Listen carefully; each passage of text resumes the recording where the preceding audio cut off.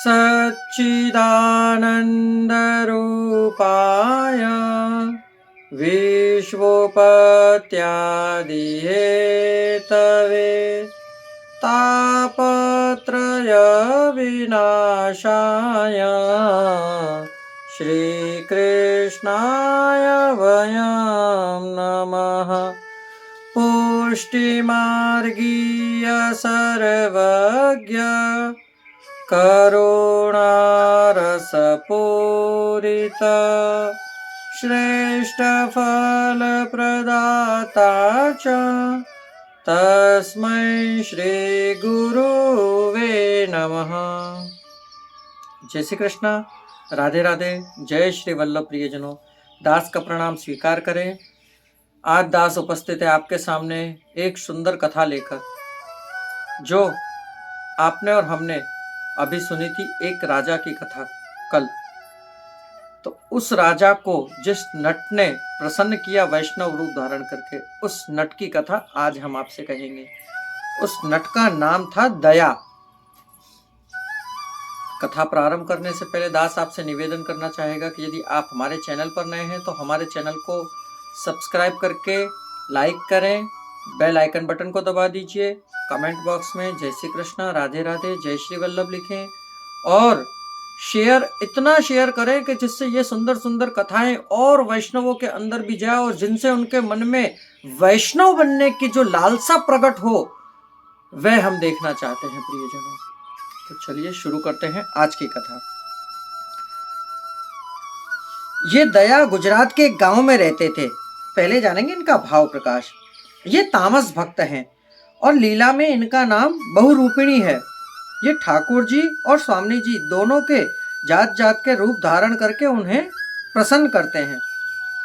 ठाकुर जी और स्वामी जी भी इससे बहुत प्रसन्न रहते हैं और इस पर दोनों स्वरूप प्रसन्न रहकर कलहंसी से ये प्रगटे थे।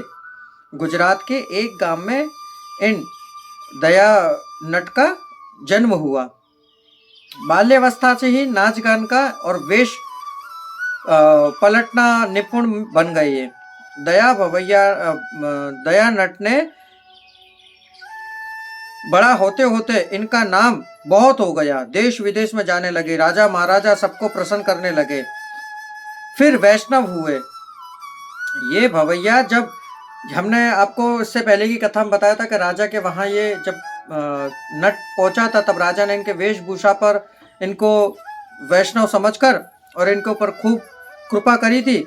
तब ये राजा के पास जाकर और राजा से बोले, भवैया ने एकांत में राजा से बोली कि मेरे पीछे ये हत्याएं लगी हैं।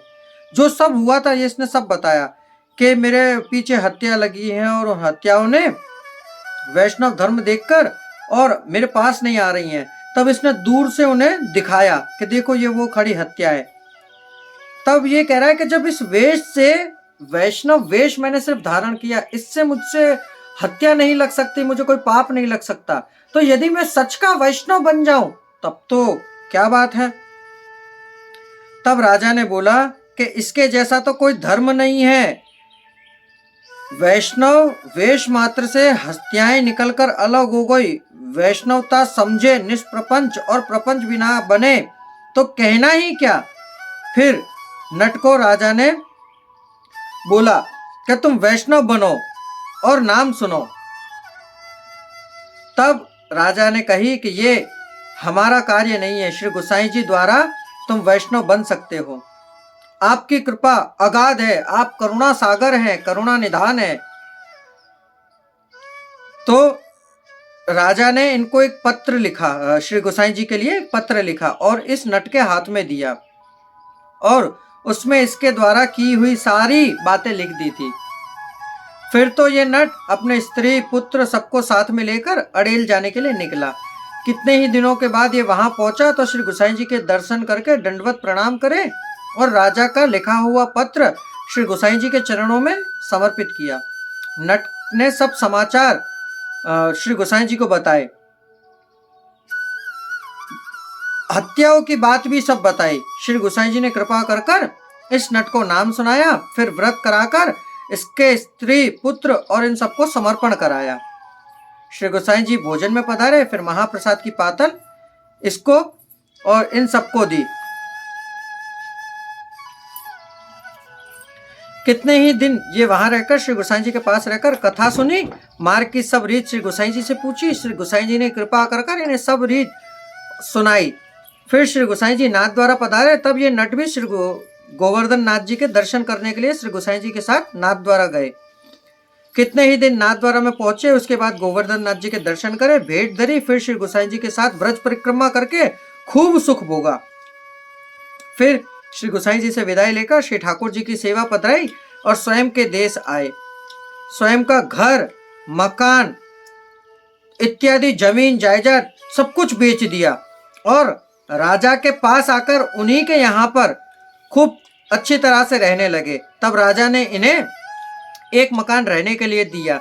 वहां ये ठाकुर जी की सेवा करते और नित्य राजा और नट भगवत वार्ता करते, जिससे इन्हें खूब आनंद प्राप्त होता और दोनों ही भगवत रस में मस्त रहते और श्री गोसाई जी की कहानी से ठाकुर जी की सेवा करते। इस प्रकार प्रभु भी इन दोनों को सहानुभाव दिखाने लगे। अब इसका भाव प्रकाश ये है, कथा में ये बताया गया है कि सिद्धांत ऐसा दिखाया गया है कि जो वैष्णव जिस रीत से सेवा करता है और द्वादशीय वैष्णवों का संग करता है, उसे सब सुख मिलता है। मार्ग की रीत भी स्फूर्ति है, वैष्णव श्रृंगार रूप है। ऐसा कहा, ऐसे कहने पर विश्वास रखना चाहिए। ठाकुर जी कृपा अवश्य करते हैं। भक्ति मार्ग द्वादशीय के संग से स्फूर्ता है, जिसके सामने सब उपाय तुच्छ लगते हैं। श्री आचार्य जी श्री गोसाई जी के स्वरूप को विचार कर सुमति आती है। ऐसे द्वादशीय वैष्णवों की संगत मिले तो उसमें विश्वास अवश्य रखना चाहिए। ये दया नट और राजा श्री गोसाई जी के ऐसे कृपा पात्र भगवदीय थे कि इनकी कथा जहां तक बताए वहां तक कम है प्रियजनों। तो ये थी दया नट की कथा। नट यानी कि इस कथा में भवैया बताया गया है गुजरात में, परंतु हम आपको शुद्ध हिंदी में इसलिए बता रहे हैं कि हम कथा ही हिंदी में कर रहे हैं तो आपको बताते हैं, बाकी ये कथा सब गुजराती में है, हम आपको इसे हिंदी डाइवर्ट करके बताते हैं। तो प्रियजनों, आप हमें ये बताइएगा कि आपको कथा सुनकर कितने आनंद की अनुभूति हुई है, कमेंट बॉक्स में अवश्य बताइएगा। अब दास को आज्ञा दीजिए, कल पुनः मुलाकात होगी नई कथा नए प्रसंग के साथ। जय श्री कृष्णा, राधे राधे, जय श्री वल्लभ।